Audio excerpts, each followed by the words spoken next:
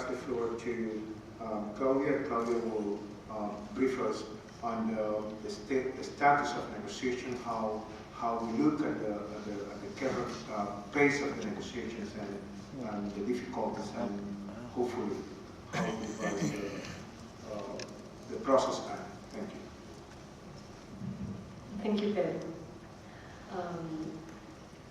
We, the countries of the ALBA, DEC, and ALBA blocks in these negotiations, we are fully engaged to reach to an ambitious and equitable outcome of this process, based on the principles of historical, but also the present responsibilities of these countries.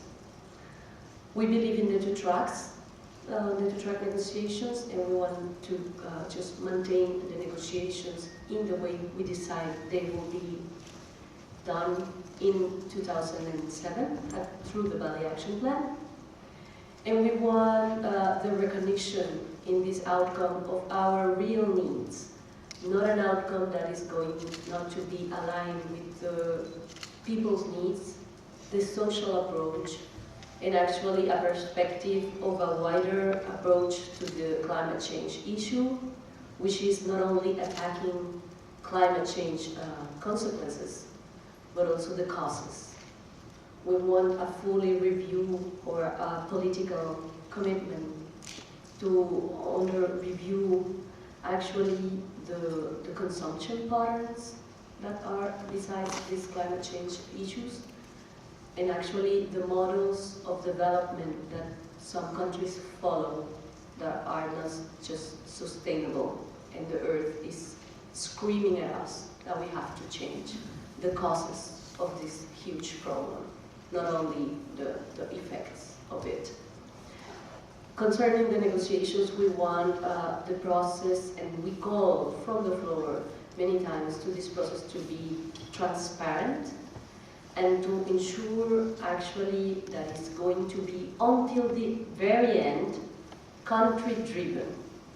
We don't want papers coming out from nowhere. We want this process to respect the full participation, the legitimacy of the process. So we are engaged in that sense, in a constructive way, putting proposals forward, and we really are in our goodwill expecting a fantastic result of these meetings, because the world is in need for a fantastic result of this meeting. Some of our leaders of our countries are coming, and they announced their leaving. President Evo Morales from Bolivia, Vice President Esteban Lasso from Cuba, the Minister of Foreign Affairs, Vander Falconi from Ecuador, and the President Hugo Chavez Frias from Venezuela. So we are very willing to see how the outcome will be, and the high level of the representation of the ALBA countries show that we are truly and fully engaged with this process, because we know the world needs a great result, but we also need not only, as Venezuela said yesterday at the plenary, we just not need a neat paper. Without political will, no paper could save the world. We need political will besides this paper, so we are fully engaged in that. And I think that could be it for the process. Thank you. I thank you, Claudia, and now I would like to pass the floor to Carolina, who's going to talk a little bit, very summarizing how our governments have involved the social movement in trying to create a comprehensive framework coming from the bottom that could accompany us in this fight against climate change. Gracias, Pedro.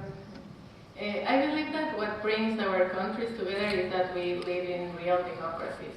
It is only in two democracies that positions, including the climate change ones, are built from the bottom, like you said, with the inclusive participation of the civil society and the social movements.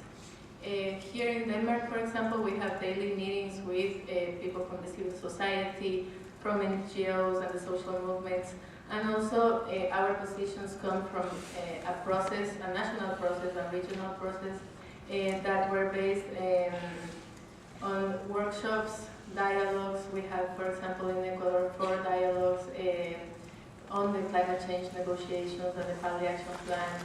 Bolivia has also worked not only at the workshops, but on capacity building for negotiations. And I believe that's the case in most of our countries. From that, it is where our positions are based. And I think they are just a reflection of the needs and interests of our people and also our ecosystems.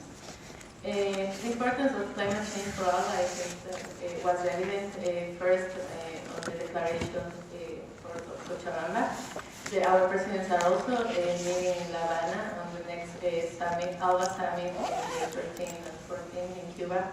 And they are also going to discuss climate change issues. And then, as Claudia mentioned, a lot of presidents and high-level authorities are coming, and they are going to be here, and they are going to be fighting for the recognition of our people's rights, and also in defending our people's interests, while negotiating for the strengthening of the international climate change regime. And Claudia made it clear that that means the convention and its Kyoto Protocol.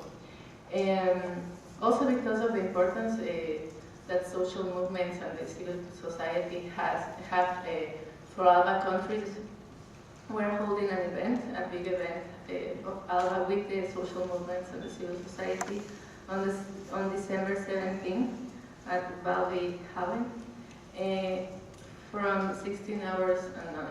So everyone is invited to come and participate and interact with our leaders.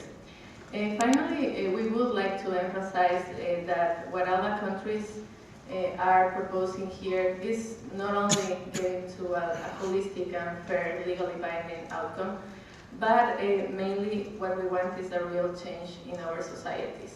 We see this crisis, this current crisis, as an opportunity to change the unsustainable consumption and production patterns and our societies that are now based on, that now put goods before people, in order to transform them on societies that are based on the buen vivir, or like our indigenous people say, sumak kausai.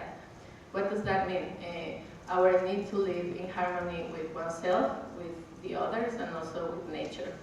We do believe that only equitable and fair societies are going to be able to face the impacts of climate change at the required level. And I think all of our countries will do our best to struggle for a world that is based on peace, solidarity, and justice.